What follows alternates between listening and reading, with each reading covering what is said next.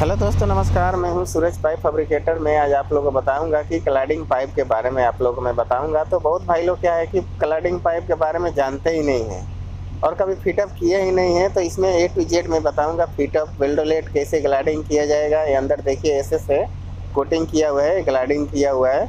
इसको क्या है कि ग्राइंडिंग मशीन से कटिंग होगा, नहीं तो प्लाज्मा से कटिंग होगा। कटिंग सेट से ये नहीं कटेगा क्योंकि अंदर एसएस है। काटने के बाद इसको क्या है कि अभी मशीन से फेबर लगेगा क्योंकि इसका थिकनेस ज़्यादा है। तो आप लोगों के लिए मैं एक छोटा सा वीडियो बनाया हूँ, ठीक है। तो आप लोग को अच्छा लगे तो मेरा पूरा वीडियो देखिएगा, तो आप लोग को समझ में आएगा।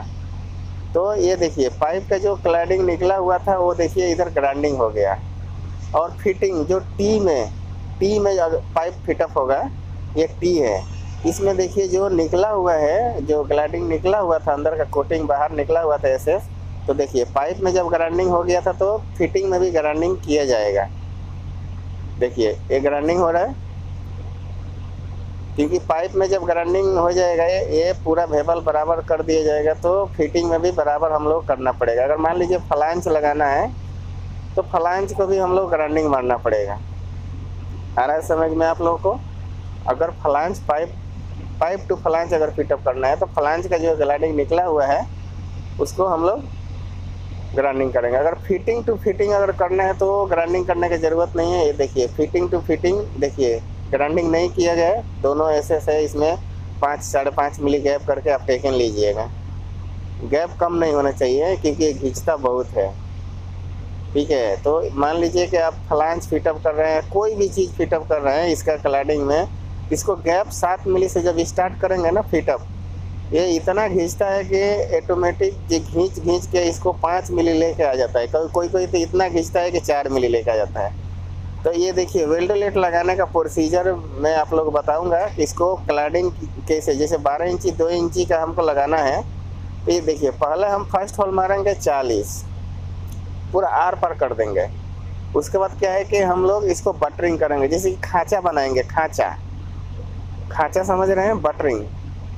तो ये 40 का मार दिए, अब 44 का मारेंगे। तो पूरा नहीं मारेंगे, जहाँ तक हमारा एसएस आएगा क्लैडिंग वहीं तक मारेंगे। 40, 50, 53। ये देखिए कैसे मारा हुआ है, आप लोग देखिए। अंदर 2 मिली छोड़ देना है, ठीक है। फर्स्ट होल 40 का हो गया, उसके बाद बटरिंग करना है। तो ये अंदर का ये प्रोसीजर है। अब इसके बाद क्या होगा कि मान लीजिए हम ड्रिल कर रहे हैं तो बीट जब चेंज कर करके करेंगे ना तो खाँचा ऑटोमेटिक बनना चालू हो जाएगा, ठीक है। 40 के बाद 44, 44 के बाद 50, 53, 60 करके मार देंगे ना तो एक खाँचा हो जाएगा। लेकिन आर पार नहीं करना है, पहला होल आर पार करना है क्योंकि इसमें हमको बेल्डिंग भरना है। इसमें चारों बगल बेल्डिंग, एसएस का बेल्डिंग भराएगा, इसको क्लैडिंग बनाया जाएगा। क्लैडिंग जो हम लोग अंदर एसएस का कोटिंग किया है ना, क्योंकि वेल्डोलेट लगेगा तो फिर सीएस आ जाएगा ऊपर। बड़ा वेल्डोलेट लगाना है तो प्लाज्मा से कटिंग होगा, एक होल ड्रिल करके प्लाज्मा से इसको कटिंग कर देंगे। बड़ा अगर वेल्डोलेट लगाना है तब, ठीक है। इसका बहुत सारा प्रोसीजर है। तो ये चीज़ जानकारी आप लोगों को देने के लिए मैं एक छोटा सा वीडियो में बना दिया आप लोगों को कि इतना से भी कुछ तो जानेंगे। उसके बाद क्या है कि इसको ग्राइंडिंग कर देंगे। ग्राइंडिंग करने के बाद इसको क्या है कि देखिए इसको रूट मार के पूरा, देखिए एसएस का फिलर है, पूरा रूट मार के इसको कोटिंग किया जा रहा है, जैसे कि ग्लाइडिंग किया जा रहा है। माने अब इसको कौन सा भाषा में बोलूँ हमको नहीं समझ में आ रहा है। माने पूरा एसएस ही हो जाएगा, ठीक है, रूट मार के। फिर उसके बाद जब रूट मारा जाएगा तो ये देखिए इब्राहिम भाई में और सदाब भाई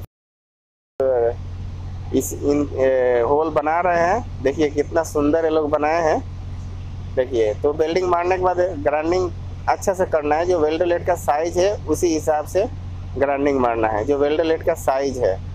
इसमें क्या है कि जल्दी कटता नहीं है, तो ग्राइंडिंग मारने में थोड़ा ज़्यादा समय लगता है। इसको क्या है कि बहुत प्यार से इसको ग्राइंडिंग मारना पड़ेगा। वेल्डोलेट का जो साइज है उतना ही हमको मार्किंग करके बराबर करके उसके बाद फिटअप कर देना है, ठीक है। अब ये देखिए जो 1.5 इंच वाला में देखिए कैसे एसएस का, देखिए ध्यान से देखिएगा, बन गया है। सेम वही प्रोसीजर से अब इसके बाद वेल्डोलेट लग जाएगा, ठीक है दोस्तों। इसके बाद मैं आप लोगों को आरएफ पैड के बारे में आप लोगों को बताऊंगा। तो जैसे मैं वीडियो A to Z में बताऊंगा, ये भी वीडियो जो अपलोड करूंगा ना, तो एक एक चीज़ में बताऊंगा। तो ये वीडियो अपलोड करूंगा तो आप लोग के पास एक नोटिफिकेशन जाएगा। नोटिफिकेशन कैसे जाएगा? आप लोग मेरे चैनल को सब्सक्राइब कीजिएगा, बेल आइकन का घंटी दबाइएगा। जैसे मैं वीडियो अपलोड करूंगा तुरंत नोटिफिकेशन जाएगा। Okay, thank you.